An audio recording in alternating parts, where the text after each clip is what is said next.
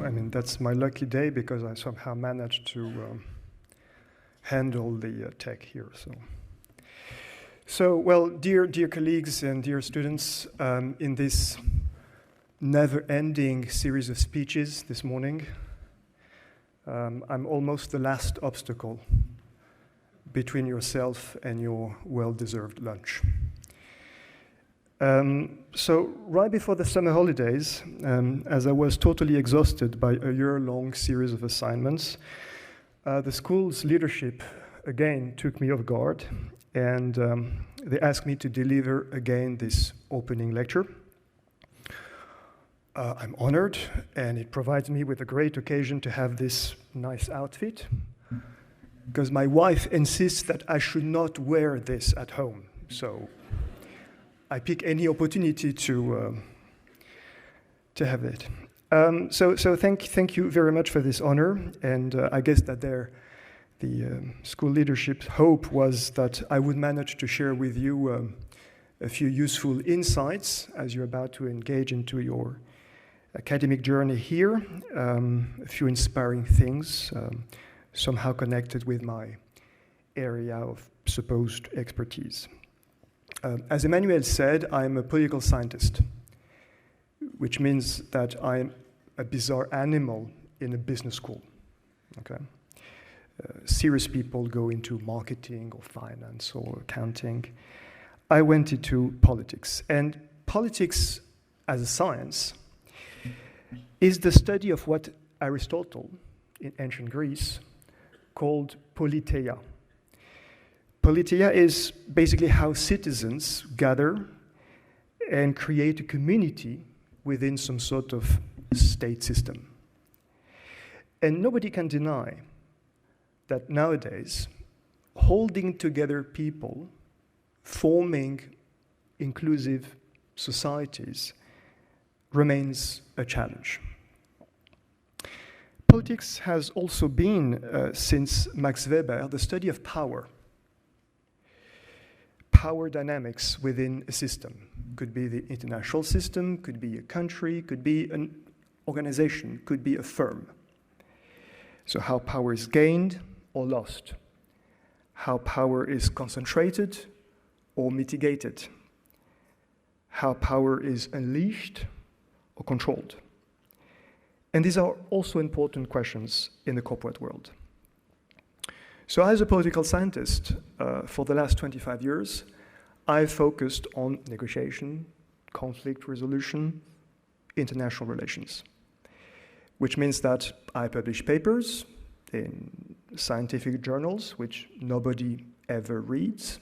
I mean, the dean left, so I'm allowed to say this here now. And in addition, I've been lucky to gain from hands-on experiences. I served as advisor to the French Prime Minister some time ago. I served as a mediator in war-stricken areas, especially in Africa. I've been a consultant for corporations, organizations such as the European Commission, the French Ministry of Foreign Affairs, and more recently, the French Ministry of Defense and NATO. Now, this being said, and as a real starting point to this lecture, I would like to, again, congratulate all of you. Welcome at ESSEC, especially if you come from abroad. As Dean and President Vincenzo said, we are a French root here. We have French roots, but we're a global school. And we're very proud to welcome students coming from all over the world. I mean, we do hope that you will feel comfortable in your new cultural environment. France, I must say, is a peculiar country. We have complicated greeting protocols. You should go for either 1 or 2 or 3 or even 4 kisses on the cheeks, depending on which region you are in, sometimes not at all. And just to complicate this further, depending on which region you are in, you have to start on the left cheek or the right cheek. This could be helpful at some point. I must say that The only advantage probably of COVID, the pandemic, was to streamline this sophisticated process because we no longer kiss each other so oftentimes. You will also have to handle the subtle difference when addressing people between the tu and the vous, which makes social interactions interesting sometimes.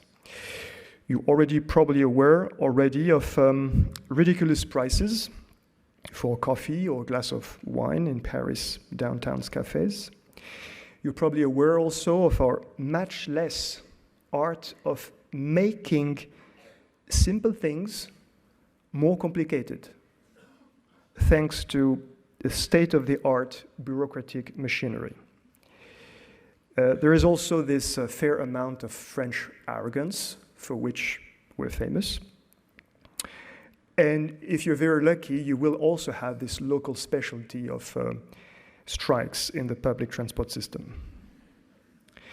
Now, and yet, in spite of all of that, a French writer, Sylvain Tesson, wrote, I quote, well, of course he wrote this in French, but I'm translating for your comfort.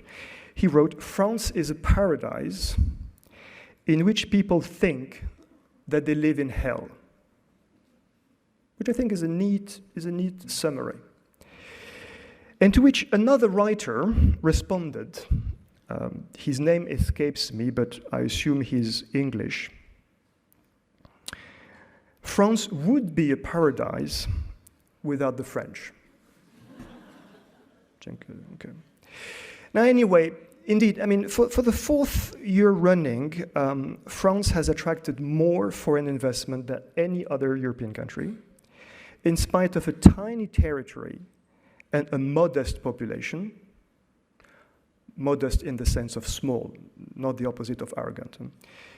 In spite of a modest population, we remain the 7th largest economy on the planet. French tech is booming. We're the 2nd country in Europe for the number of fast-growing companies in the tech sector. According to the World Bank, believe it or not, France is among the easiest countries in which to start a business. And entrepreneurship here at ESSEC is a big, big thing. Now, if we look at even more critical indicators, not GDP growth, France has the lowest poverty rate in Europe, with the exception of Finland. Life expectancy here is amongst the highest within OECD countries. 4 more years of good health life expectancy than in the USA. And last but not least, we enjoy amongst the highest standards of human rights. Free and fair elections, freedom of speech, especially in a place like this, which is an academic place, freedom of religion in the private sphere, freedom of sexual orientation, etc. So it's fair to say that you're going to spend the next couple of years in a pretty supportive environment. And building on your first degree, you just joined a leading business school. Competition was high. Your presence here is a success indeed. And for this success, I would like to congratulate you, but also I would like to congratulate your parents, your teachers who brought you so much along the way, your friends, certainly who cared for you in difficult times, your brothers and sisters, if you have any, your wider family, many others who were there for you along the way and contributing to that success. My point here is this, and that's at the same time a personal and very political point. We never succeed alone. Individuals succeed and thrive because of their efforts, but also because they're part of a supportive ecosystem, a supportive politeia. Now, to some people out there, maybe to some of you here, to study in a business school is to believe in the superiority of the individualistic achievement above anything else. And here at ESSEC, since 1907, we think differently. we think that our individual fate depends not only on our actions, it also depends on what others do around us. We are interdependent. And this interdependency is not naive idealism. It is the reality in which we live. Now, this interdependency is not new, of course. Already in the 17th century, English poet John Donne wrote, I quote, "No man is an island entire of itself. Every man," and of course he should say every woman, "is a piece of the continent, a part of the main." But this is even more crucial today, and we have to be conscious and convinced of this common fate we share. And above all, this shared fate is highlighted by climate change. Since 1990, 5 assessment reports published by the IPCC, the Intergovernmental Panel on Climate Change, have left no doubt. Global warming results from carbon emissions related to human activities. And while every tiny effort matters, of course, solutions must be global, thanks to global multilateral negotiations like the COP21 in Paris. There is no planet B. This common fate was also demonstrated during the COVID pandemic. In a few weeks, a virus coming from Wuhan, China, but it could have come from anywhere else on the planet, spread on a global scale. Official death toll this morning was about 7 million. More than 1.1 million in the USA alone, 700,000 in Brazil, 400,000 in Russia. The dynamic of the virus propagation and then the virus mitigation illustrated this interdependency, including in the very functioning of our society. In a book published before the pandemic in 2017, British sociologist David Goodhart analyzed the growing distinction in our developed societies between 2 types of people. But before I introduce those 2 types of people, just one question. In the room here, who has already boarded a plane, an aircraft? Please raise your hand if you've been on a plane. Okay, all of you. All of you, with maybe a few exceptions, I think all of you. You've been on a plane already. So you belong to the people that David Goodhart called the people of anywhere. Basically the globalized elites. People like all of us here, traveling around the planet for studies, for work, for leisure. And on the other side, you've got the people who are from somewhere. These are workers rooted in a given space, usually a deprived city or a suburban area. And COVID demonstrated that people of anywhere, like us, rely heavily for their well-being on people from somewhere, like nurses, school teachers, garbage collectors. Without these people, our society would rapidly collapse. Now, without business school professors, I guess that probably nobody would notice anything before a long time. And as a result of this interdependency, we need more cooperation in our world, not less. We need more joint decision-making, and therefore more negotiations, and less unilateral moves at the expense of neighbors. We need more pooling of resources and less divisions of efforts. Now, this reality is embodied by a very specific politeia, and that is the European Union. We were mentioning a minute ago climate change. Well, the EU has pledged to become, in 2050, the first carbon-free continent. And we'll make it. We're on our way to make it. And this is possible because as a team of 27 member states, we can pool enormous resources and know-how and tech to succeed. As the most important unified single market with which the rest of the planet must trade, we also set the world's most demanding norms to protect the environment, biodiversity, and workers' rights, consumers' health. Thanks to the EU, we collectively are rule setters and not rule takers. In a globalized world, our sovereignty is not diminished by the EU, it is protected by the EU.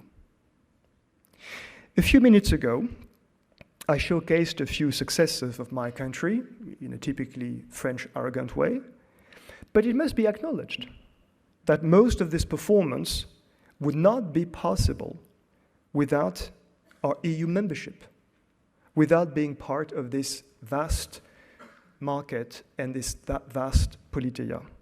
The EU is the patient construction of a politeia which makes each team member stronger, richer, and safer. Indeed, think about this.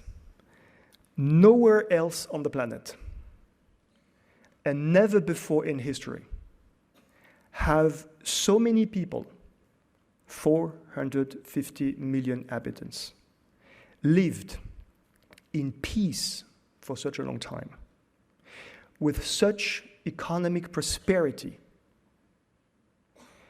with such solidarity between social classes, between generations, thanks to pension systems, and between territories,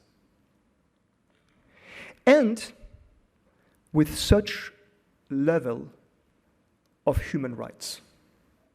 Nowhere else, and never before, such a combination of peace, prosperity, solidarity, and human rights for almost 500 million human beings. Never before, nowhere else. That is the EU. So, you might ask, anyone from Britain here? Who's British? So, you all have a question. Why is it then that our British friends, I did my PhD in Britain, I love that country.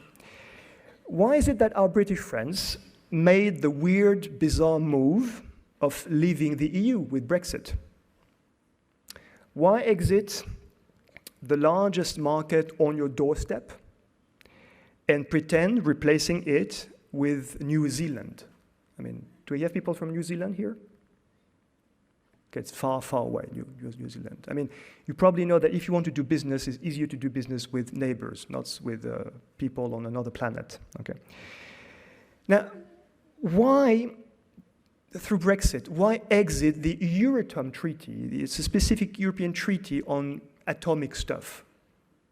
The UK also decided to quit that cooperation system, which created, guess what? Massive, heartbreaking problems for British patients affected by cancer, because it became more complicated for them to have access to radiological cancer treatment because of Brexit. Why let crop rot in your fields? Because you no longer accept EU workers. Why pretend that Brexit is only about sunlit uplands, while it renders the import of EU chemical products so complicated that UK water companies have to reject raw sewage in British rivers and seaside. Literally, Brexit put the UK in deep shit, literally. So why this? Why this bizarre move? Because our politia, our democracies, not simply the UK, of course, have entered a new age, an age of post-truth politics. In the old days, people would say, okay, I think, therefore I am. Okay, this is Descartes, this rationalism. But nowadays, an increasing portion of the population say, I believe, therefore I'm right. Facts no longer matter, but individual beliefs become the norm. Now, indeed, democracy means freedom of opinion. We may disagree. We have the right to disagree. And let me insist, some of you here in this room might entirely disagree with what I'm saying. And guess what? Good news. In democracies, you have this right to dissent. In France, in Europe, in democracies, not only in the West, everywhere, from Argentina to South Korea, from Australia to Taiwan, nobody will throw you in a prison because you dissent. Nobody will throw you through a window if you oppose the government. Nobody will poison your tea. However, this freedom of opinion and the peaceful debate, which is at the core of democratic processes, require a common rule, a common principle. And that principle is this: we cannot discard well-established facts. We cannot ignore carefully investigated pieces of evidence. We cannot reject the findings of scientific research. We cannot pretend the opposite of truth to be real. We cannot build policies on alternative facts. And this is why our motto at ESSEC is so important. Per scientiam ad libertatem. It reflects the power of knowledge and the utmost importance of facts to advance freedom. Not simply for each of you, each of us as an individual, but also collectively for all of us as a politia, as a society. And this principle, facts, has suffered due to a populist wave which has dominated several countries, Trump in the USA, Bolsonaro in Brazil, Brexit in the UK, we can name a few more. I mean, my team here at ESSEC has been closely following the EU Brexit negotiations. This is a picture taken during the negotiation session with Michel Barnier, the lead European negotiators, and his opposite number, David Frost. And honestly speaking, I mean, Brexiter Britain has become a toxic environment in which facts leave the way to sheer ideology. UK stakeholders and the public have been constantly lied to.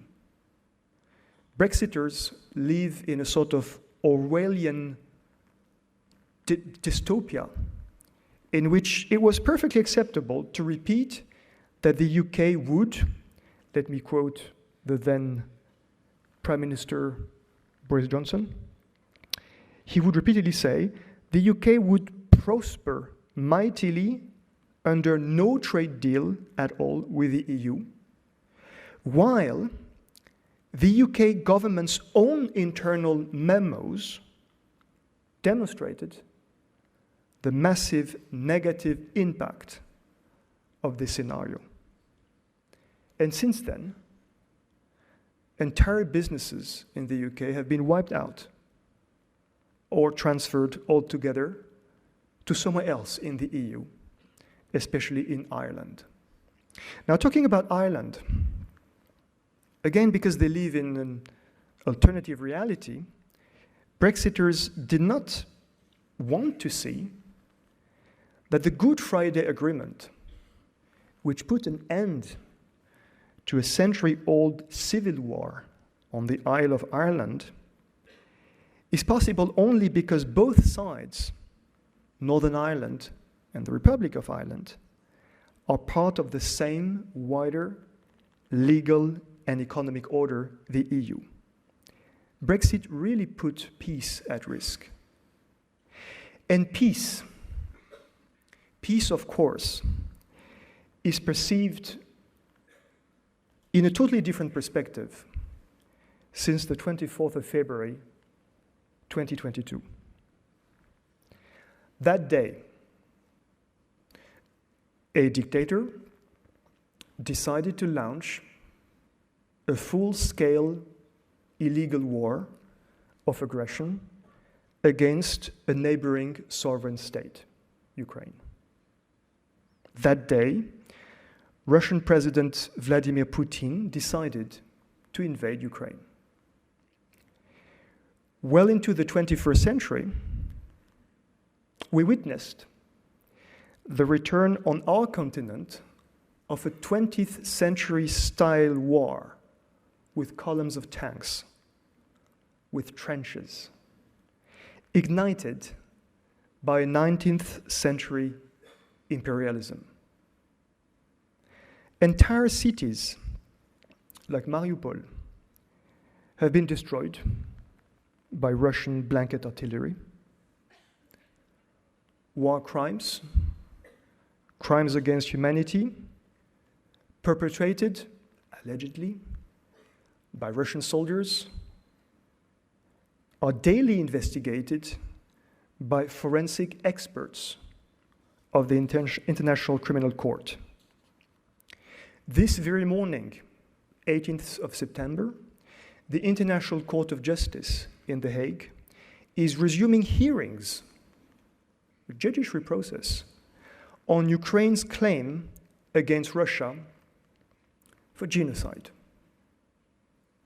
And meanwhile, while all of this is happening, the Russian Minister for Foreign Affairs, Sergei Lavrov, addressed young diplomats in August last year and said, I quote, "Russia continues to pursue a peaceful foreign policy and to promote a positive, unifying, forward-looking, global agenda." Meanwhile, Russian President Putin declared, I quote, that Russia has never been a colonial power, end of quote. Now that's a map of Russia. The dark green area is 15th century Russia. All the rest, towards the east, towards Central Asia, towards the Caucasus, towards Eastern Europe, has been colonial expansion. Russia extended its borders over centuries to become, peacefully of course, the largest country on the planet at the expense of local population. Now the fact is, again, the fact is that Russia remains to this day the last colonial empire on our planet. Now, these provocative quotes from Lavrov or Putin are meaningful. Let me explain why. For too long, authoritarian regimes, and Putin's first and foremost, have considered democracies to be stupid and weak. Stupid enough not to realize when they are under attack, and weak enough not to dare react in any meaningful way. And let me demonstrate this with a very specific episode which occurred in the UK on the 4th of March, 2018. That is the poisoning of a Russian dissident, Sergei Skripal. That day, 4th of March 2018, Putin decided to check again that democracies do not react under attack, no matter how many red lines a dictator is willing to cross. That day, Putin decided to cross not one, not two. He decided to cross 5 red lines in a single move to see whether we would react. First red line, sending thugs to kill someone. I mean, democracies can tolerate spies, okay? It's part of the game to have spies on our territory, pretending to be diplomats. Okay, spies are okay. Thugs, killers, no. First red line.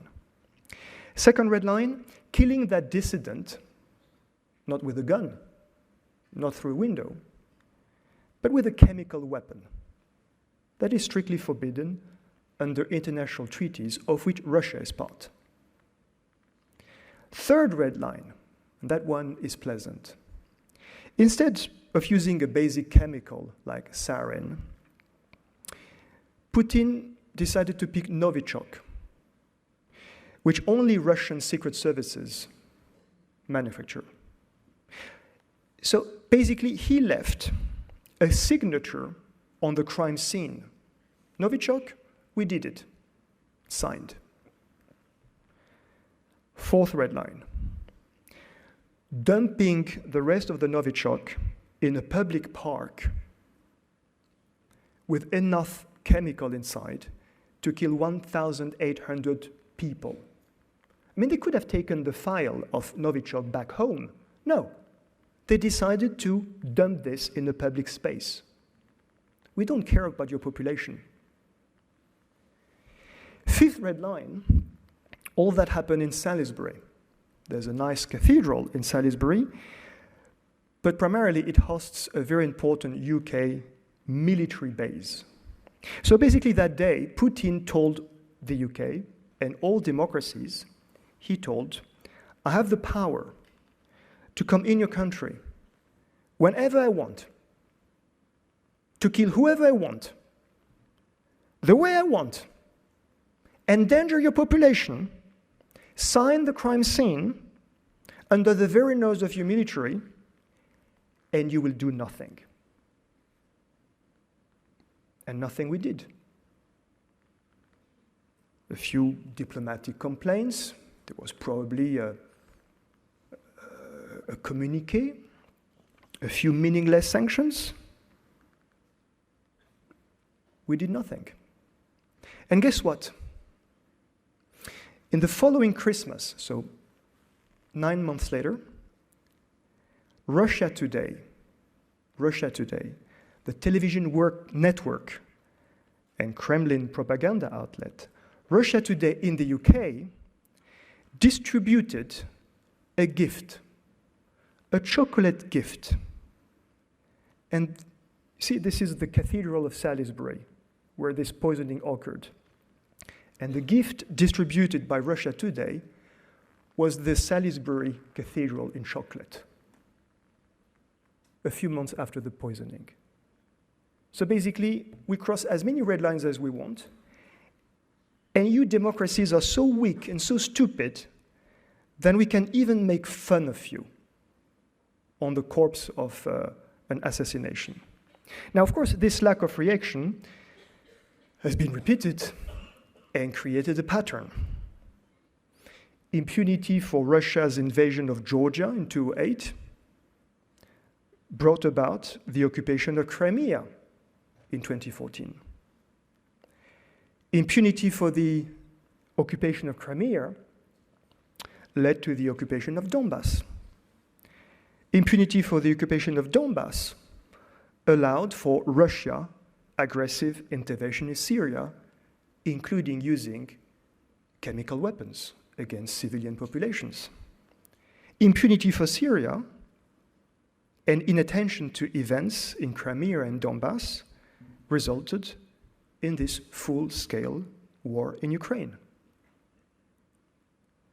And had this war of aggression not been met since February 2022 with a massive set of sanctions and strong military support, other dictatorships would now feel comfortable to launch other aggressions elsewhere in the world. We cannot afford to let any authoritarian dictator believe that his power, and of course it is usually his power, not her power, that his power has no limitation. Now, in this power contest, what are the chances of democracies facing authoritarian regimes? People tend to believe that democracies are weaker, especially in times of crisis, weaker than dictatorships. Now, let's look at this, again, as a political scientist. Democratic leaders, they must be elected by definition, and therefore they have to take care of their public opinion. Authoritarian leaders don't bother with that. Either no elections at all, or well-organized elections.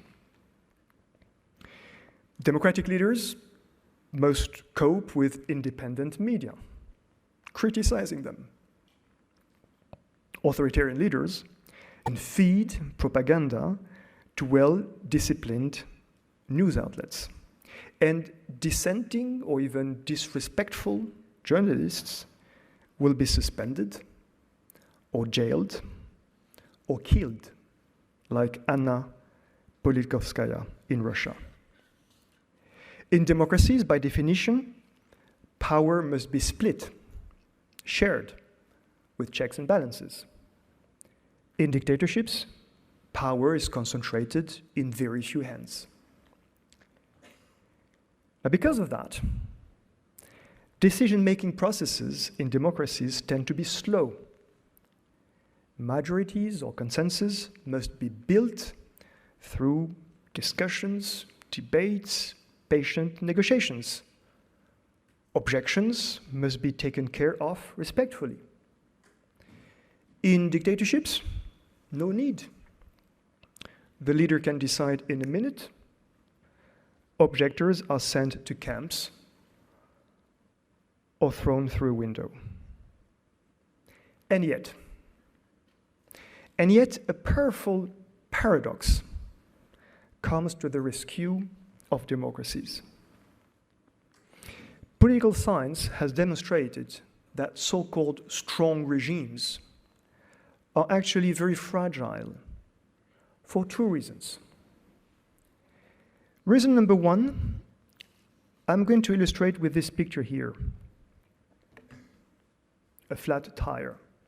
Let me explain. The first reason is corruption. Corruption.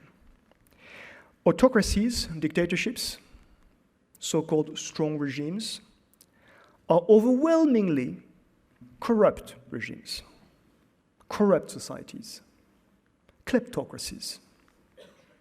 Power is concentrated at the top, not for the pleasure of it, but as a mean to capture as much wealth as possible for the benefit of a few.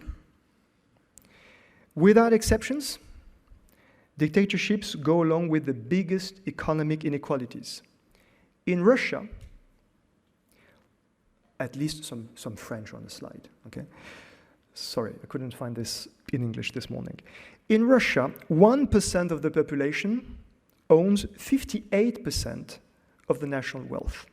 And this is growing in the last 20 years since Putin came to power. In Germany, 1% own 29% of national wealth. And this is 22% in France and diminishing, and 18% in Japan. Now, in dictatorship, ordinary people accept this looting of their country's resources for two reasons. The first one is obvious. They have little capacity to object. Otherwise, camp or through a window. But second, they accept this looting of resources because they too hope to benefit from this generalized corruption. And that is the reason why, from the very beginning of the war in Ukraine, the Russian military equipment proved miserable. It was supposed to be the second army on earth. It barely is the second army in Ukraine. And that was because of the corruption at all levels. Generals, Russian generals, had bought villas in Switzerland thanks to the money supposed to pay for non-existent troops. Colonels had bought dachas thanks to the money supposed to pay for the maintenance of tanks. Even local soldiers had bought vodka thanks to the money supposed to pay for new tires of their trucks. The Battle of Kiev in March 2022 failed for a number of reasons, including this one: flat tires. Most of the Russian equipment did not have proper grade tires because all the money supposed to buy for new tires had been used for corruption. So they had second-hand, poor condition tires which could not sustain the weight. Now the second reason is fear.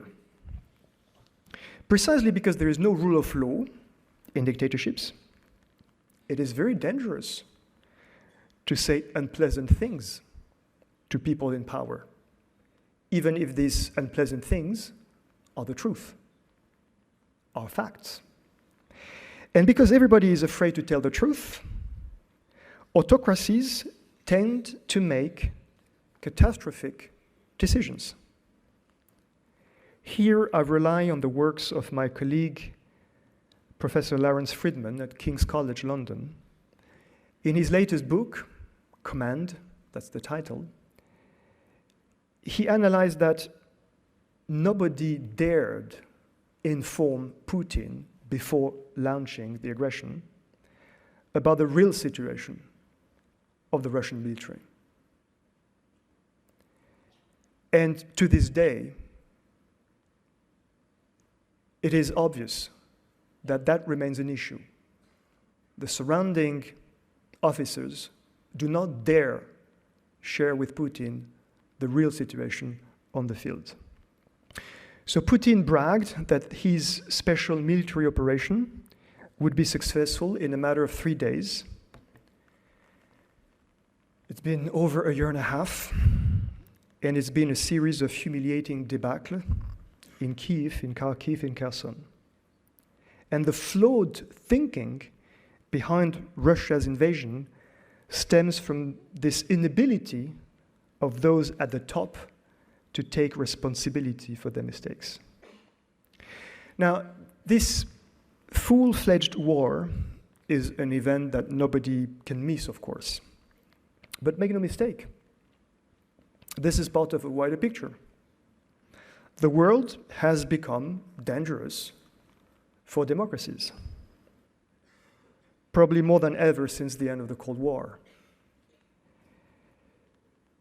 And this aggression is made notably of constant cyber interventions attacking institutions in Western countries. You might not know that French hospitals, almost every week, French hospitals sustain cyber attacks coming from the region of St. Petersburg in Russia. Patient gets their life expectancy diminished because you've got disruptions in the IT systems of French hospitals. It's the same in Germany, happening these weeks. A few months ago, a report by the European Commission has found that social media has played a key role in the spread of Russia-backed propaganda since the beginning of the war in Ukraine. And no less than 165 million fake accounts have been detected. And these interventions, they also try and manipulate democratic elections. That was the case in the USA. That was the case during the Brexit campaign. That was the case in France in the last presidential election. That was the case in Italy. And these interventions, they constantly favor populist parties from the extreme right and the extreme left. Now, it is a dangerous world indeed, a world in which a dictator feels powerful enough to wage an illegal war of aggression, to blackmail a whole continent with an energy crisis. Remember, winter is coming. To threaten a whole region with the sabotage of the most powerful nuclear power plant in Europe. To create a worldwide food crisis, which will fuel hunger and social unrest in developing countries. So because of this dangerous world we're in, no responsible person would pretend to do business without paying attention to geopolitics, just as no responsible person would pretend to do business without paying attention to climate change. And just as nobody would pretend to do business without paying attention to the digital revolution. Now, the good news is that here at ESSEC Business School, you'll have access to a complete range of academic excellence to address these challenges.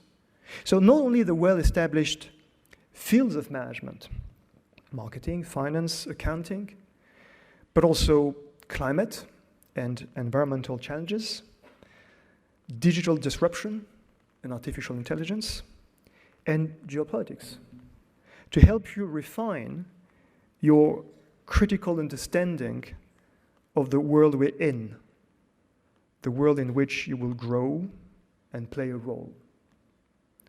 Now, some of you might think, well, this is far away from my own horizon as a manager in a business. Well, no.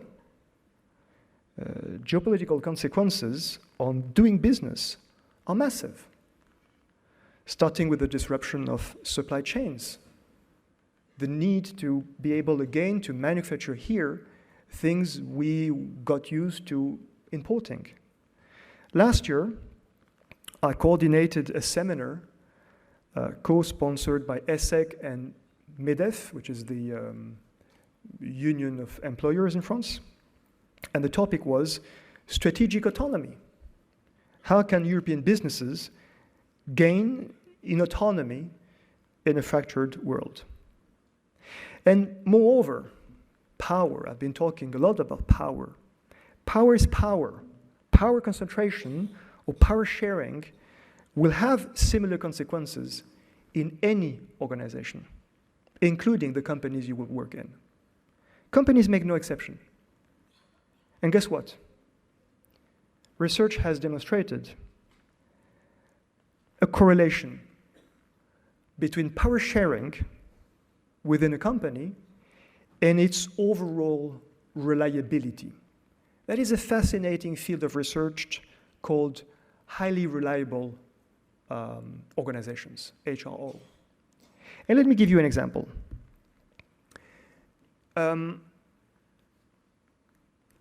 Here at ESSEC, if you are interested in South Korea, do we have people from South Korea here? South Korea? Anyway, South Korea is a fascinating country, and we've partnered last year to create a think tank on relationships between South Korea, Europe, and France. And that think tank, called KEY, Korea, Europe, and You, is hosted here at ESSEC Business School. Now, my example is this.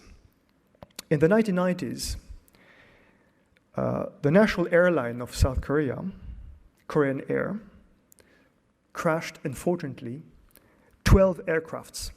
This is absolutely massive. And that was very bizarre because Korea is a highly developed country. Korean Air is a wealthy company with well-trained pilots, brand new Boeing aircrafts, but they repeatedly crashed aircrafts. And that was the beginning of this research on how decisions are made and is there any correlation with the power structure in the system. And investigation found the main reason for this deadly series of crashes.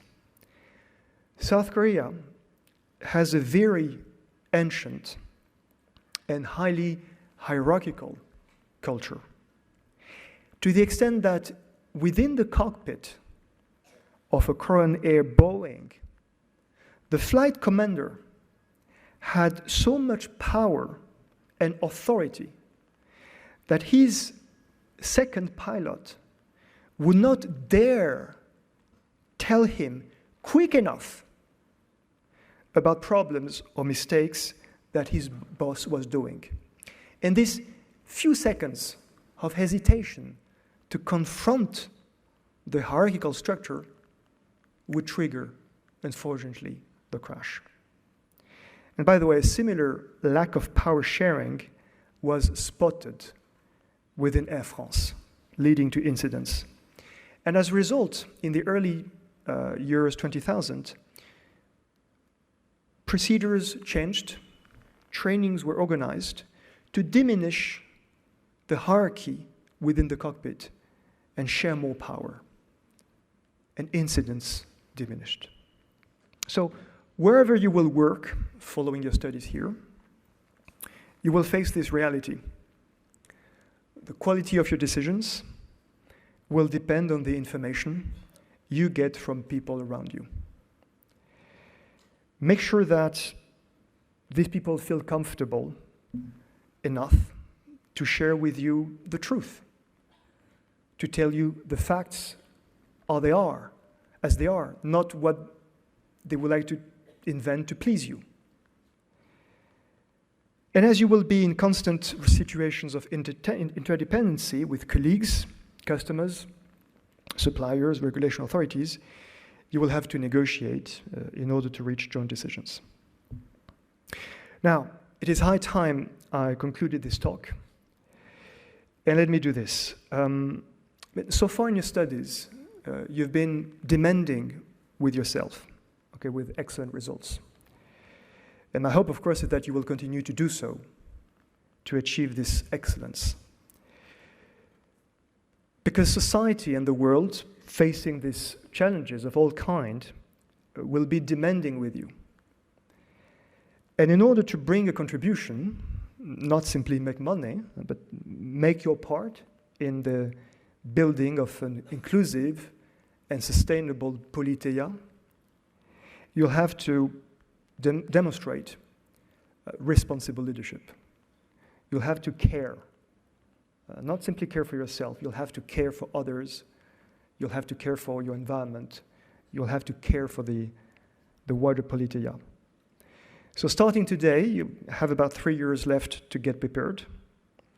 And in 3 years' time, if you make the most of learning opportunities here, if you engage with passion in your internships, if you remain curious and eager to understand differences, if you listen and dare to raise questions, if you show constant respect to those around you, big or small, if you keep your enthusiasm in spite of times of disappointments, if you share your energy with friends, especially when they feel gloomy, if you take risks and avoid overconfidence, if you do not forget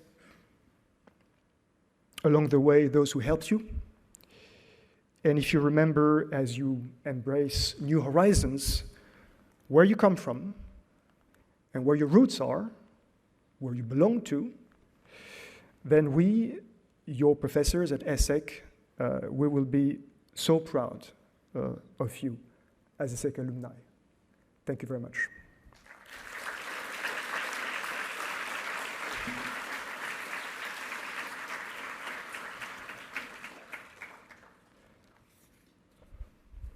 The floor is yours, or any questions? Now we have the choice. Either we go for about 7 minutes of silent meditation. No, actually we have until past. Okay, so it could be 17 minutes of silent meditation, or we take a few questions, or we move on. What would you like? Questions, silent meditation?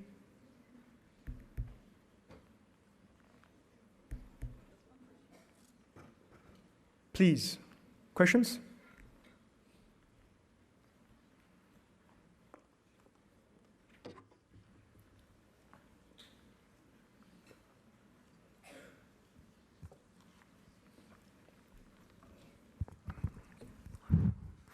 Hello, Professor. Firstly, thanks for your inspiring sharing.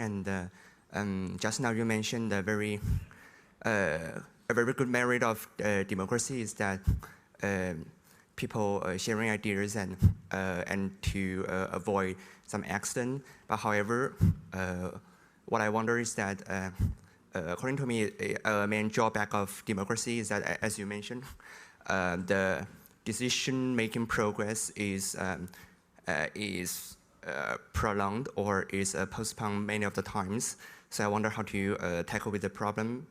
For example, in a democratic society, when many people are sitting at a table and making decisions, but every person has the right to hear and to gain some issues. So even if a very tiny decision is very hard to make, and so the project is very difficult to complete. So how to tackle with this problem? Thank you.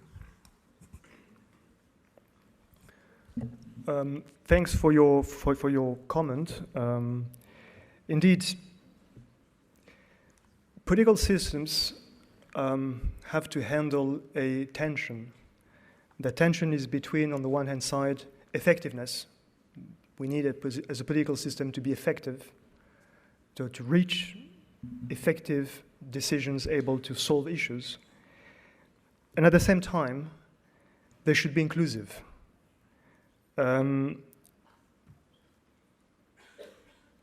That's a constant preoccupation. And here in Western Europe, we've been under huge pressure in the last 3 years, first of all because of COVID, and then because of the Ukraine situation. And our systems were challenged. Will you be able to make the right decisions quick enough in order to protect your population against COVID, to protect your businesses during this meltdown, and then to protect your infrastructures, your security, your sovereignty, facing an illegal war of aggression? We made it. We made it. At both national levels and European levels, we made it. And it happens that last June, I was in Brussels for a seminar with the French ambassador to the European Union.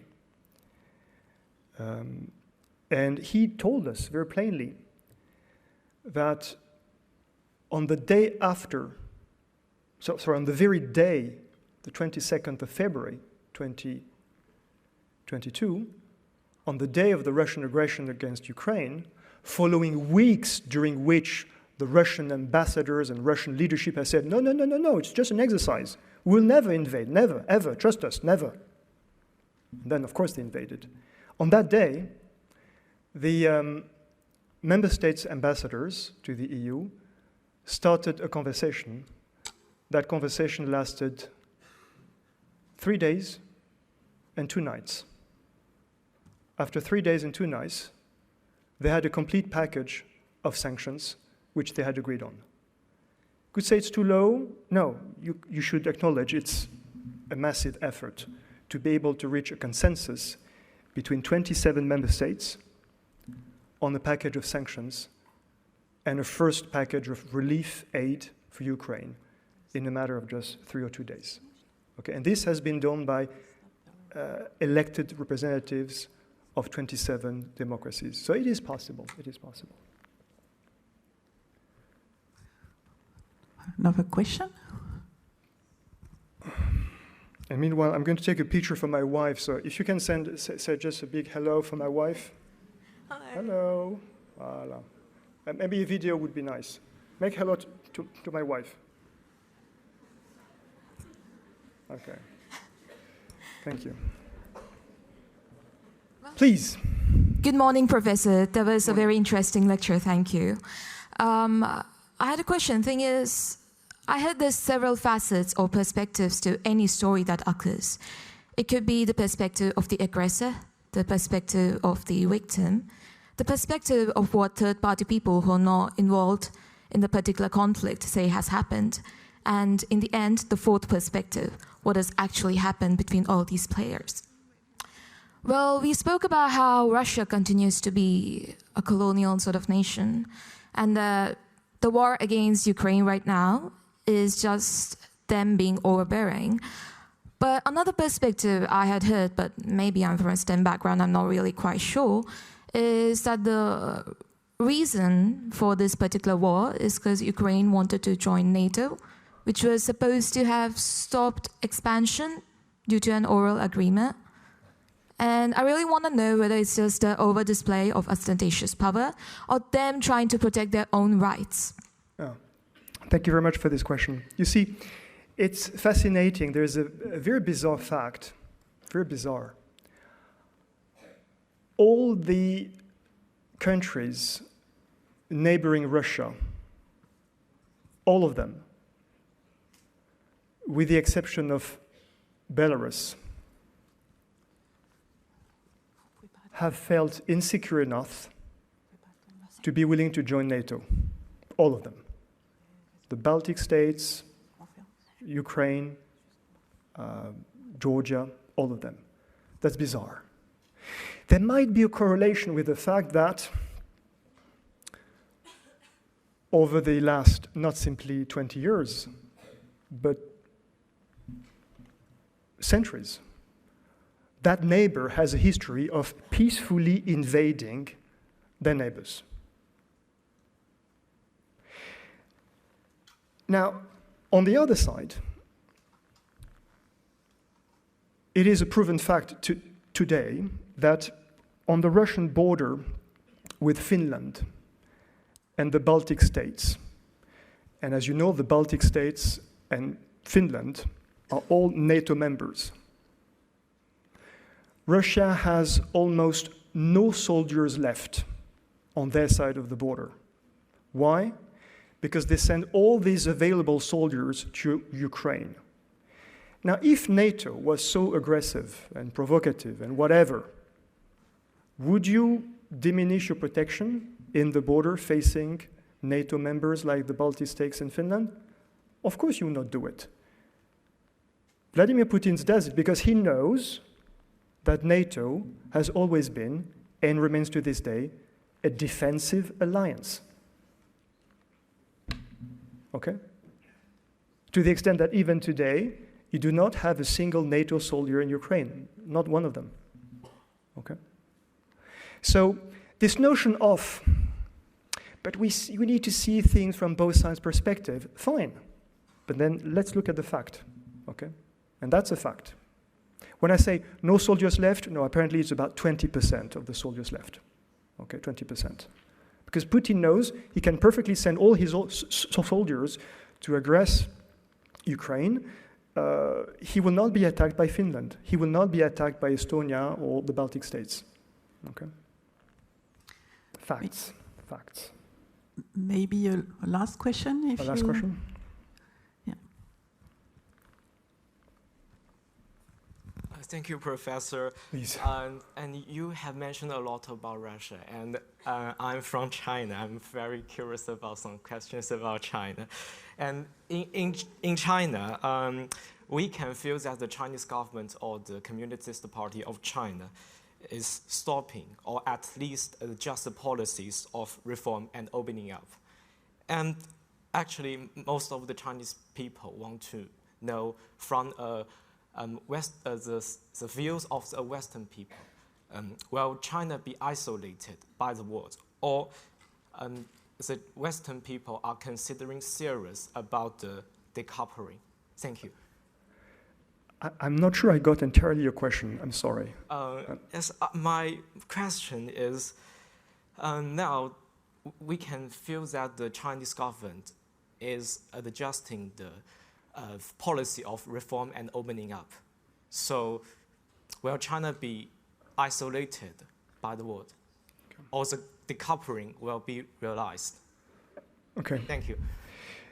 Now, thank you very much for this contribution and question. And again, it's very important in our school to have open debates and discussions, as long as I said, facts are respected.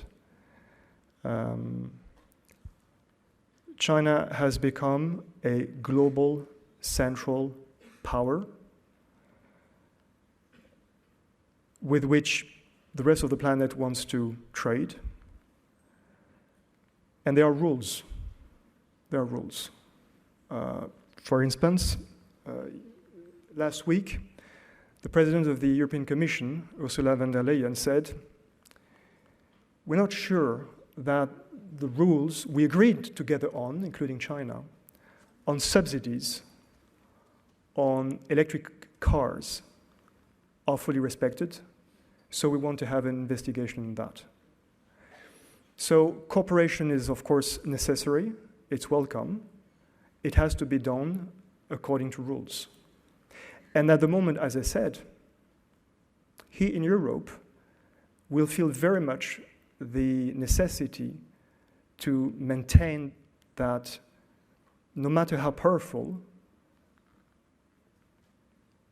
there are rules, and sovereignty is one of them. And I'm sure that China would agree that sovereignty is important. Yes. Okay? As you probably know, a few weeks ago, the Russian Ministry of Foreign Affairs put on their website a new map of the world. And on that map of the world, as you know, they took little bits of China and said, no, it's longer China, it's ours. You know that, right? And you know this is the sort of thing that collectively we cannot accept. We cannot accept. Shall we call it the end? You will have all the classes here in geopolitics, in negotiation, in doing business with China, where you can go and dig deeper into these very interesting questions. Again, enjoy your stay here at ESSEC.